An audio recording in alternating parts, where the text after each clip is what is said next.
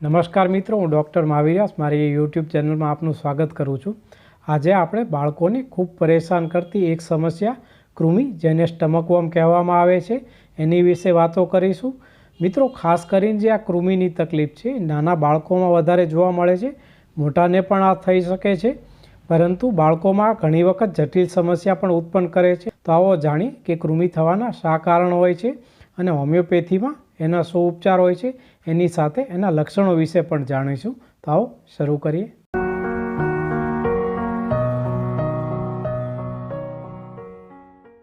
કૃમિને દેશી ભાષામાં કરમિયા, ચરમિયા અથવા તો કરમ તરીકે પણ ઓળખવામાં આવે છે અને આ આંતરડામાં રહેતા પરોપજીવી કીડા હોય છે। આમ જોવા જઈએ તો આ સાધારણ રોગ છે, પરંતુ જો એની પ્રોપર ટ્રીટમેન્ટ ન લેવામાં આવે તો ઘણીવાર મોટી બીમારીની નોંધ રહે છે।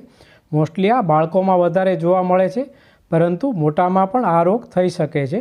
એના ટાઈપ્સ એટલે કે પ્રકાર વિશે વાત કરીએ તો રાઉન્ડ વર્મ, પિનવર્મ, હુકવર્મ અને ટેપવર્મ એ સિવાય પણ પ્રકાર હોય છે, પણ મુખ્યત્વે આ 4 પ્રકાર હોય છે। અને આની તપાસ એટલે કે એનું ઇન્વેસ્ટિગેશન કઈ રીતે થાય જોઈએ તો જે સ્ટૂલ છે એટલે કે જે ઝાડા છે એ લેબોરેટરીમાં તપાસ કરાવવાથી એના જે એગ છે અથવા તો કૃમિ ઘણી વખત ઝાડામાં મળી આવે છે। આના લક્ષણો વિશે વાત કરીએ તો બાળકને અવારનવાર પેટનો દુખાવો થાય, ભૂખ ખૂબ વધારે લાગે અથવા તો બિલકુલ ભૂખ ન લાગે, શરીર એકદમ નબળું પડતું જાય, વજન ઘટતું જાય, આંખ નીચે કુંડાળા દેખાય, જમ્યા પછી હાજત એટલે કે લેટ્રિન જવાની ઈચ્છા થાય, સ્વભાવમાં ખૂબ ચીડિયાપણું, જિદ્દીપણું, કારણ વગર બાળક રડ્યા કરે, પરેશાન કર્યા કરે। ઉપરાંત ઘણા બાળકોમાં કબજિયાતની પણ તકલીફ હોય છે। એ સિવાય ઊંઘમાં દાંત કચડવા, મોઢામાંથી લાળ પડવી, લોહીના ટકા ઘટી જવા, કારણ કે આંતરની અંદરથી કૃમિ લોહી ચૂસતા હોય છે, એટલે એના કારણે હિમોગ્લોબિન ઘટી જવું, આંખ ફરતા કુંડાળા દેખાવા, પગના દુખાવો। એ સિવાય ઘણા લોકોને આ તકલીફ આંખમાં પણ ઉતરે છે અને ઝાડાની જગ્યાએ ખજવાળ આવી એનું મોસ્ટ કોમન લક્ષણ છે। ઘણી વખત કૃમિને કારણે મગજ ઉપર પણ અસર થાય છે, જેને બ્રેઇન વોર્મ્સ કહેવામાં આવે છે। જ્યારે બ્રેઇન વોર્મનો પ્રોબ્લેમ થાય ત્યારે બાળકને ગભરામણ થાય, યાદશક્તિ ઘટી જાય, એટલે કે બુદ્ધિ સારી હોય, ભણવામાં હોશિયાર હોય, પણ એને એકાગ્રતા ન રહે અને એના કારણે એ ભણવામાં પાછું પડતું જાય, તો એની અસર મગજ ઉપર થઈ એમ ગણી શકાય। ઘણા બાળકોને એના કારણે આંચકી આવવાની પણ તકલીફ થાય એવું નોંધ્યું છે આપણે। એ સિવાય ચક્કર અને માથાનો દુખાવો અને આંખ નબળી પડવી અથવા તો આંખ ફાંગી થઈ જવી, જેને સ્ટ્રેબિસ્મસ કહેવામાં આવે છે, આ બધા બ્રેઇન વોર્મના લક્ષણો હોય છે। મિત્રો, આને કારણ વિશે વાત કરીએ તો મોસ્ટલી કેવું હોય કે અશુદ્ધ ખોરાક એટલે કે બહારનું વાસી ખાવાથી અથવા તો હાથ ધોયા વગર ઘણી વખત બાળક ઉતાવળે જમી લે, ખાસ કરીને જંક ફૂડ ખાય અથવા તો ખૂબ ગળ્યું ખાવાની આદત હોય, ખાસ કરીને બાળકને હંમેશા પેંડા, મીઠાઈ આ બધું ભાવતું હોય, પણ અતિશય ગળપણ લેવાથી પણ આ તકલીફ થાય, અથવા તો જે ખોરાક ઉપર માખી બેઠી હોય એવો દૂષિત આહાર ખાવાથી પણ કૃમિની તકલીફ થતી હોય છે।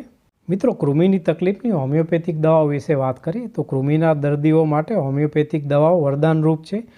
વિલાયતી દવાઓ ઘણા બધા સમય લીધા પછી પણ જે કૃમિમાં રાહત ન થતી હોય એ બધા જ પ્રકારના કૃમિ હોમિયોપેથિક દવા મૂળમાંથી મટાડે છે અને એની કોઈ આડઅસર પણ થતી નથી। અને હોમિયોપેથિક દવાઓ વિશે વાત કરીએ તો એની સર્વપ્રથમ હોમિયોપેથિક મેડિસિન છે સેન્ટોનિનમ 200, જે આ દવાના જે દર્દી હોય છે એને મોઢામાંથી વાસ આવવી, ઊંઘમાં દાંત કચડવા, પથારીમાં પેશાબ થઈ જવો, આંખ ફાંગી થઈ જવી એટલે કે સ્ટ્રેબિઝમસ, આંખની ફરતા કાળા કુંડાળા થઈ જવા, જો આ પ્રકારના લક્ષણો હોય તો સેન્ટોનિનમ 200 પોટેન્સીમાં રાત્રે 1 વાર લેવી જોઈએ। અને એની બીજી હોમિયોપેથિક દવા છે ફિલિક્સ માસ 30, જે ફિલિક્સ માસના દર્દીઓ હોય છે એને કૃમિની સાથે કબજિયાતની ખૂબ તકલીફ હોય છે અને એની સાથે અવારનવાર પેટનો દુખાવો અને ચીડિયાપણું જોવા મળે છે। તો કબજિયાતની સાથે કૃમિ હોય અને સાથે પેટનો અવારનવાર દુખાવો થતો હોય તો ફિલિક્સ માસ 30 પાવરમાં સવારે અને સાંજે એમ 2 વખત લેવી જોઈએ। અને એની ત્રીજી અને સૌથી વધારે મહત્ત્વની હોમિયોપેથિક દવા છે સીના 30। આ જે દવાના દર્દી હોય છે એ બાળકો ખૂબ જ જિદ્દી હોય છે, ખૂબ ચીડિયાપણું હોય, કારણ વગર જીદ કર્યા કરે, ઊંઘમાં દાંત કચડે, ભૂખ ખૂબ વધારે લાગ્યા કરે, વારે વારે ભૂખ લાગે, વાતમાં રિસાઈ જાય અને ઝાડાની જગ્યાએ ખજવાળ આવે, ખાસ કરીને લેટ્રિન ગયા પછી। જો આવા લક્ષણ હોય તો સીના 30 પાવરમાં સવારે અને સાંજે 2 વખત લેવી જોઈએ।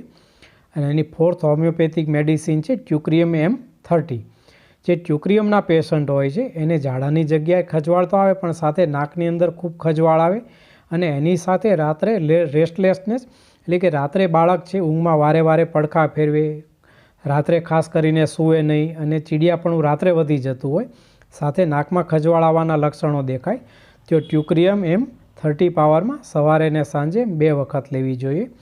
અને એની 5th અને લાસ્ટ હોમિયોપેથિક મેડિસિન છે ક્યુપ્રમ ઓક્સિનિક 3X. જે ક્યુપ્રમ ઓક્સિનિક મેડિસિન છે એ એક ટાઇટુરેશન મેડિસિન છે અને દરેક પ્રકારના કૃમિમાં આ દવા કામ કરે છે. જો 3 વર્ષથી નીચેનું બાળક હોય તો એની 1 ગોળી 3 વાર, અને એનેથી જો વધારે ઉંમર તો એની 2 ગોળી દિવસમાં 3 વાર સવારે, બપોરે અને સાંજે લેવી જોઈએ. ઉપરની કોઈ પણ એક દવાની સાથે આ દવા તો હંમેશા કામ કરે જ છે. પણ મિત્રો, તમને એક પરામર્શ છે, જો તમારા બાળકને કૃમિની તકલીફ હોય તો હોમિયોપેથીમાં માત્ર આ 5 જ દવાઓ નથી, હોમિયોપેથીમાં આની અનેક દવાઓ છે. અને જ્યારે તમે તમારા નજીકના હોમિયોપેથિક ડૉક્ટરને મળશો ત્યારે બાળકની તાસીર સમજીને એ પ્રમાણે દવા આપશે તો આ રોગ 100% મૂળમાંથી મટી જશે. આશા છે તમને આ જાણકારી પસંદ આવી હશે. Please subscribe my channel and press the bell icon. નમસ્કાર, જય હિન્દ, જય ગુજરાત.